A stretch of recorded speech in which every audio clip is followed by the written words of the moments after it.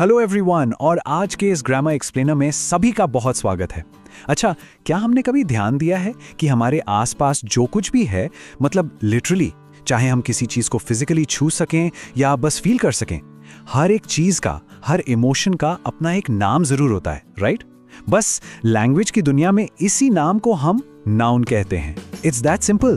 तो चलिए, नाउन्स को परफेक्टली मास्टर करने के लिए आज हम इन 5 ब्लॉक्स को कवर करेंगे। Common nouns, proper nouns, collective nouns, material nouns और आखिर में एब्स्ट्रैक्ट नाउन्स।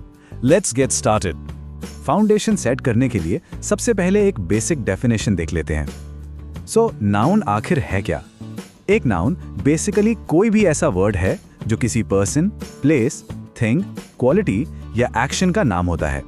जैसे राम एक पर्सन है, दिल्ली एक जगह है और ऑनेस्टी, ऑनेस्टी एक क्वालिटी है। ये वर्ड्स किसी भी सेंटेंस के कोर सब्जेक्ट्स या ऑब्जेक्ट्स बनते हैं। Okay, let's dive into number 1, common nouns. अब यहाँ थोड़ा गौर करते हैं। कॉमन नाउन्स ना बिल्कुल जनरल कैटेगरीज होती हैं। ये किसी स्पेसिफिक इंडिविजुअल का नाम नहीं होते, बल्कि एक जनरल क्लास या टाइप को बताते हैं। जैसे पर्सन्स की बात करें तो बॉय, गर्ल या डॉक्टर। प्लेसेस के लिए सिटी या रिवर। यहाँ सबसे इंपॉर्टेंट और याद रखने वाली बात यह है कि इन एवरीडे वर्ड्स का पहला लेटर कैपिटल नहीं होता, अनलेस ऑफ कोर्स इनसे कोई सेंटेंस शुरू हो रहा हो। Moving on to number 2, proper nouns. अब यहाँ दोनों के बीच का फर्क देखिए, एकदम क्लियर हो जाएगा।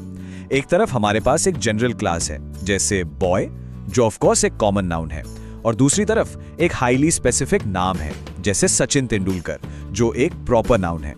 किसी नदी को रिवर कहना कॉमन है, पर उस एक स्पेसिफिक नदी को अमेज़न कहना प्रॉपर है। और हाँ, प्रॉपर नाउन्स की सबसे बड़ी पहचान ये है कि इनका पहला लेटर हमेशा, लिटरली हमेशा कैपिटली लिखा जाता है, चाहे वो सेंटेंस के बिल्कुल बीच में ही क्यों ना आए। Alright, let's look at number 3, collective nouns. अब यहाँ सबसे दिलचस्प बात आती है सिंगल होल के कॉन्सेप्ट की। होता क्या है कि जब कई सारी चीजें मिलकर एक ग्रुप बनाती हैं, तो उस पूरे के पूरे ग्रुप को दिया गया एक सिंगल नाउन कलेक्टिव नाउन कहलाता है। ग्रामर में इस ग्रुप को जनरली एक सिंगुलर एंटिटी की तरह ही ट्रीट किया जाता है। जैसे इस सेंटेंस को लिख लीजिए, द टीम प्लेड ब्रिलियंटली। यहाँ अलग अलग प्लेयर्स की जगह पूरी टीम को एक सिंगल यूनिट मान लिया गया है। इंग्लिश लैंग्वेज कितनी खूबसूरती से इन मल्टीपल्स को एक सिंगुलर नाउन में ऑर्गेनाइज करती है, ये देखना सच में अमेजिंग है। लोगों के ग्रुप के लिए हम एन आर्मी ऑफ सोल्जर्स या अ क्वायर ऑफ सिंगर्स यूज करते हैं। एनिमल्स के लिए हम अ फ्लॉक ऑफ बर्ड्स या अ हर्ड ऑफ कैटल कहते हैं। और अगर नॉन लिविंग थिंग्स हैं, जैसे बहुत सारी चाबियां या जहाज, तो अ बंच ऑफ कीज या अ फ्लीट ऑफ शिप्स कहा जाता है। लेकिन रुकिए, क्या हमें पता है कि एनिमल्स के ग्रुप्स के लिए कुछ बहुत ही फन और थोड़े ड्रामेटिक नेम्स भी होते हैं? हमारे सोर्स मटेरियल में कुछ बिल्कुल ही मजेदार एग्जांपल्स दिए गए हैं। जैसे कौवों के झुंड को अ मर्डर ऑफ क्रोज कहते हैं, उल्लुओं की टोली को अ पार्लियामेंट ऑफ आउल्स और राइनोस की भारी भरकम भीड़ को अ क्रैश ऑफ राइनोस कहा जाता है। ये नेम्स वोकैब्युलरी को कितना विविड और इंटरेस्टिंग बना देते हैं ना। Okay, shifting gears to number 4, material nouns.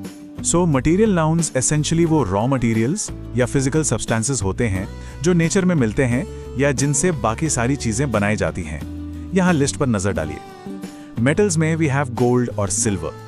Non metals में कोल या ग्लास हो गया। लिक्विड्स में वाटर और ऑयल। और फैब्रिक्स जैसे कॉटन और सिल्क।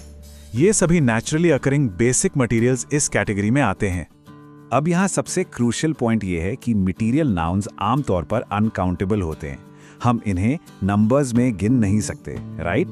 इसलिए इनके आगे अ या एन नहीं लगाया जाता, और इनका प्लूरल फॉर्म भी रेयरली यूज होता है। जैसे कोट में है, the ring is made of gold, और अगर हमें रिंग को डायरेक्टली डिस्क्राइब करना है तो हम अ गोल्ड रिंग कहेंगे, ना कि अ गोल्डन रिंग, क्योंकि गोल्डन तो एक एडजेक्टिव है जो सिर्फ उसकी चमक को दिखाता है, जबकि गोल्ड वो एक्चुअल मटेरियल है जिससे रिंग बनी है। Make sense? And finally number 5, abstract nouns. अब आती है बारी उन चीजों की जिन्हें हम फिजिकली छू नहीं सकते या देख भी नहीं सकते, पर उन्हें आइडेंटिफाई करने के लिए वर्ड्स तो चाहिए ही होते हैं ना। जैसे क्वालिटीज हो गई हॉनेस्टी या करेज, हमारी फीलिंग्स जैसे लव और जॉय, या फिर हमारी स्टेट्स ऑफ बीइंग जैसे चाइल्डहुड और फ्रीडम, ये सारे के सारे इनविजिबल कॉन्सेप्ट्स और इमोशंस एब्स्ट्रैक्ट नाउन्स के अंडर आते हैं। चलिए देखते हैं कि ये कैसे बनते हैं। एब्स्ट्रैक्ट नाउन्स की सबसे फैसिनेटिंग बात यह है कि इनकी फॉर्मेशन की जा सकती है लाइक सम ग्रामेटिकल मैजिक। एक एडजेक्टिव जैसे brave directly abstract noun bravery बन जाता है। एक verb laugh action state laughter बन जाता है और एक आम कॉमन नाउन जैसे चाइल्डहुड जैसी एक डीप स्टेट ऑफ बीइंग बन जाता है। यहां पर हमें ग्रामर का एक बिल्कुल गोल्डन रूल याद रखना चाहिए। देखिए, मटेरियल नाउन्स की तरह ही एब्स्ट्रैक्ट नाउन्स को भी गिना नहीं जा सकता, यानी ये कंप्लीटली अनकाउंटेबल होते हैं। इनके आगे भी अ या एन नहीं लगता, इसलिए sentence she has great courage बिल्कुल परफेक्टली करेक्ट है। अगर कोई कहे शी हैज अ करेज तो टेक्निकली ग्रामर के रूल्स के हिसाब से वो पूरी तरह गलत हो जाएगा। तो सभी लर्नर्स, इस पूरे एक्सप्लेनर से हमने एक बात तो पक्की समझ ली कि हर एक थॉट, हर इमोशन और दुनिया की हर ऑब्जेक्ट का एक स्पेसिफिक नाम जरूर होता है।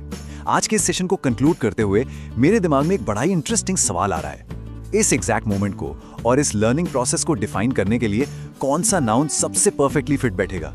क्या वो क्यूरियोसिटी है या फिर नॉलेज?